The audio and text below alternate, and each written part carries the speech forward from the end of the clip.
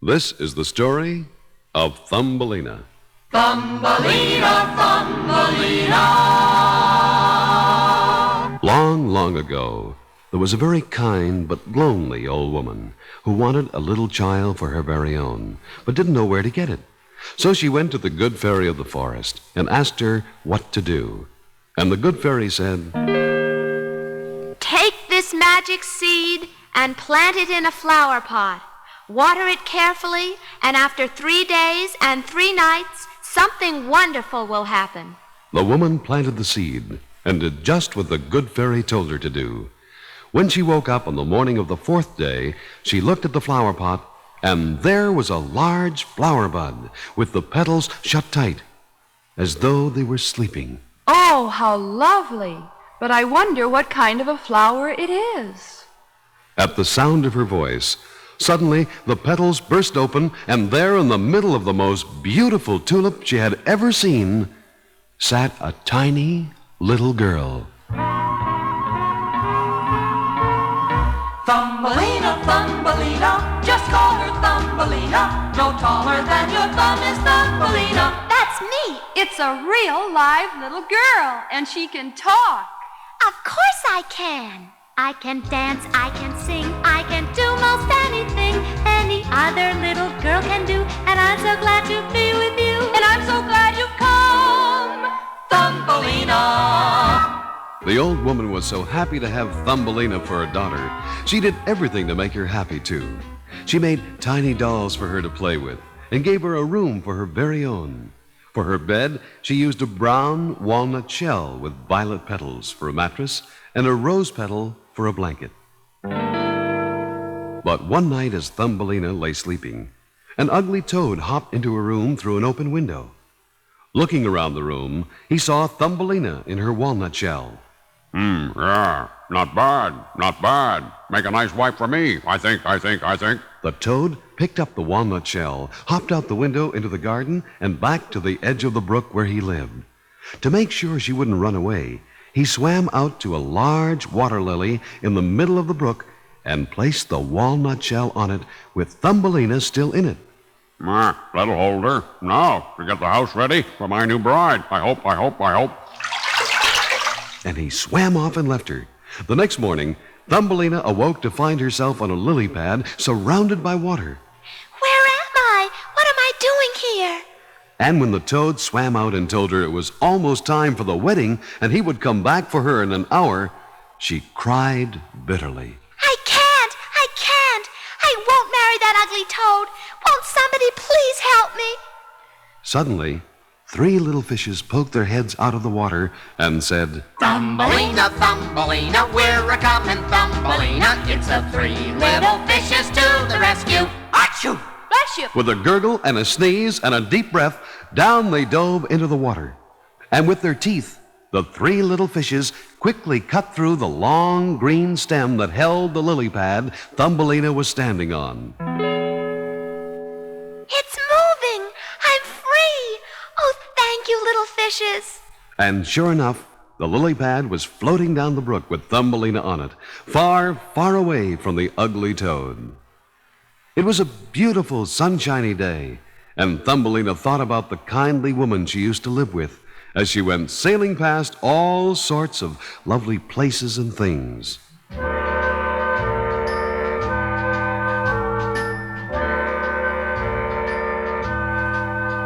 It's a honey of a sunny, sunny day for sailing, Hey, and I'm sailing a honey of a sunny, sunny trail that's trailing across the ocean blue. Wish you could be here too. It was all a wonderful new adventure for Thumbelina, and she was beginning to really enjoy herself when suddenly a huge bumblebee swooped down, picked her up, and carried her off to his home in a tree in the forest. I think you're awfully pretty, even if you're not a bumblebee. And I think I would like to marry you. That's what I think.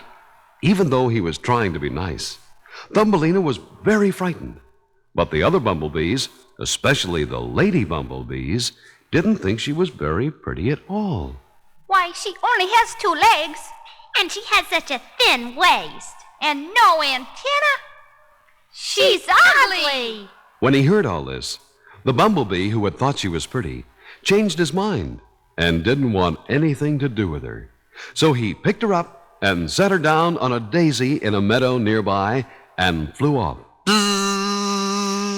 I'm glad they thought I was ugly.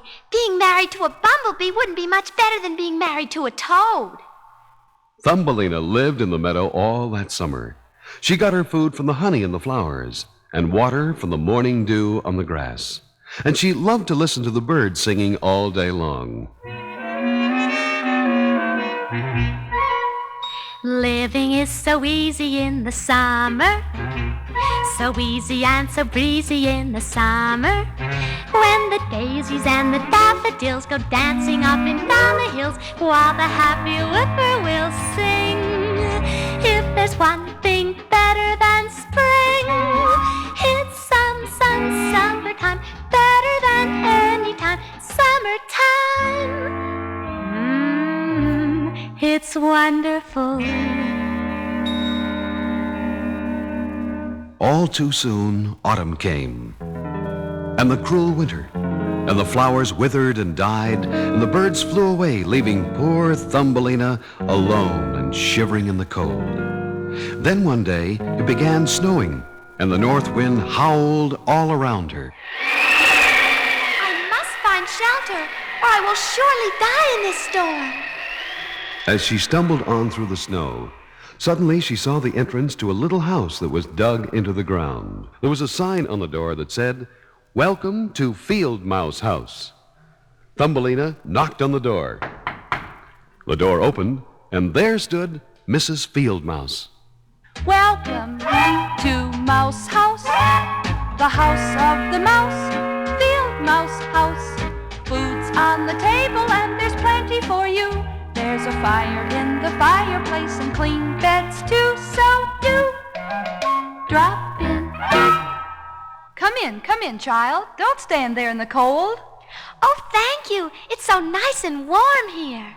Mrs. Field Mouse took a liking to Thumbelina and invited her to spend the whole winter with her. Thumbelina was delighted and accepted at once. One day, Mrs. Field Mouse said, I expect a visit any day now from a very good neighbor. He's very rich and has a much bigger house than mine. You would be lucky if you could get him for a husband.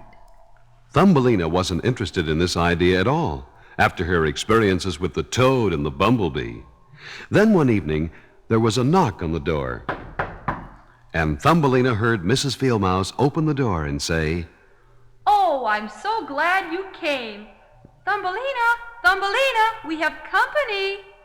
Oh, there you are, Thumbelina. Meet Mr. Mole.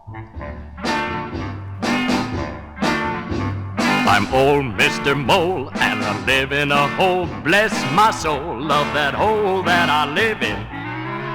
It's deep and dark, and you never see the sun, or birds, or flowers, and oh, what fun to roll in the mud, in that hole in the mud.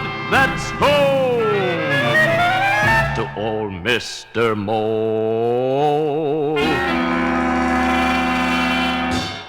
Well, Thumbelina, say something to the nice man. I'm pleased to meet you, I think. Mr. Mole fell in love with her at once, but Thumbelina wasn't pleased at all, especially the next day when she went with Mrs. Field Mouse to see Mr. Mole's home. As they walked through the long passage he had dug from their house to his, Mr. Mole came out to walk with them. Suddenly he stopped them and said, There's an ugly bird just ahead, but don't be afraid. He can't hurt you. He's dead. Soon they saw the bird, a little swallow, and Thumbelina recognized it immediately as one of the swallows that had sung to her so beautifully last summer. It was lying very still, and as they passed, Mr. Mole kicked it and said, That twerp won't chirp no more. Must be terrible to be born a bird, and I'm sure glad no child of mine will ever be one. But as Mr. Mole and Mrs. Field Mouse walked on ahead, Thumbelina stayed behind, stooped down, and smoothed the swallow's ruffled feathers.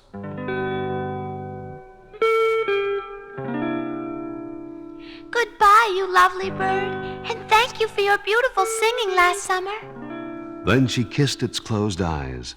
But just as she did, the swallow's eyelids fluttered. You're not dead! Oh, you're not dead! No, the swallow wasn't dead. It had hurt its wing and had been unable to fly away to the warm countries when the winter came. Numb from the cold, it had just enough strength to crawl into the passageway where it lay unconscious. Oh, don't be afraid.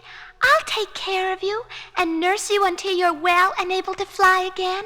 And all through the winter, without Mrs. Field Mouse or Mr. Mole knowing it, Thumbelina slipped out of the house and brought the swallow food and warm blankets. When spring finally came, the swallow said, "Thanks to you, Thumbelina, I am strong enough to fly back to my home again. But I'd like to help you now. If you'll sit on my back, I'll take you with me out into the sunshine and flowers again." No, I can't. I promised Mrs. Field Mouse I would marry Mr. Mole, and it would break her heart if I left. Goodbye, good friend. "Goodbye, Thumbelina," said the swallow, as he flew off into the sunlit sky. Poor Thumbelina gazed after it with tears in her eyes until it disappeared from sight. Suddenly, she heard Mrs. Field Mouse calling. Thumbelina! Thumbelina! You've got to get to work on your wedding dress right away. The wedding is only a few months off. But I don't have any cloth to make the dress with. Oh, I've taken care of that. I have called my good friend the spider to weave enough silk for your gown. There he is now. Just see how beautifully he weaves.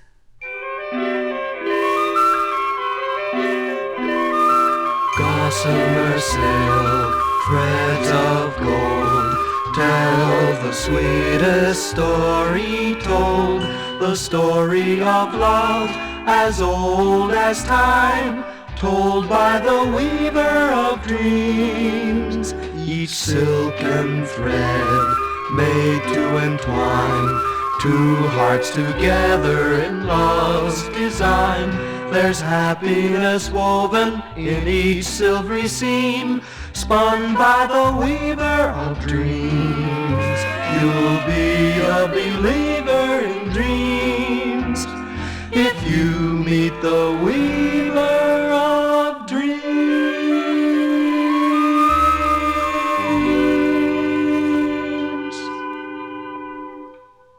It was beautiful cloth indeed, but poor Thumbelina hardly looked at it at all. And as the weeks went by, she became more and more unhappy. Then at last it was autumn, and the day of her wedding.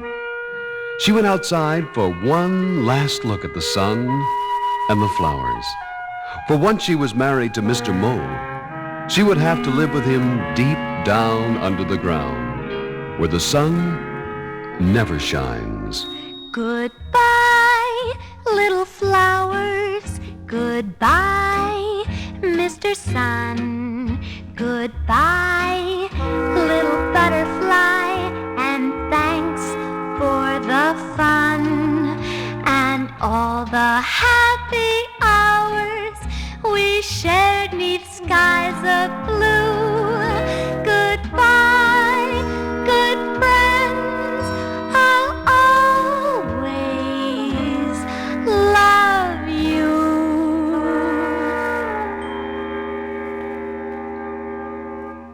With tears filling her eyes, Thumbelina turned to go inside, when suddenly she heard, Thumbelina! Thumbelina!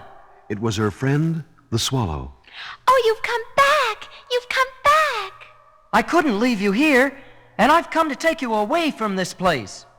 Please come with me to the warm countries where it's always summer. Oh, yes, I will come with you. And Thumbelina climbed on the swallow's back and held on tight as they flew high up in the air over lake and forest and great mountains of eternal snow, until at last they reached the warm countries. Look, Thumbelina, down there. That's where I live in the winter.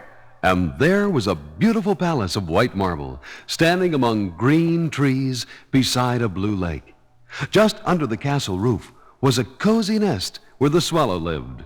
As they came closer, the swallow said, "And do you see those beautiful flowers down there in the garden? You may choose any one of them you like for your home, and I'll put you on it." Oh, this is wonderful.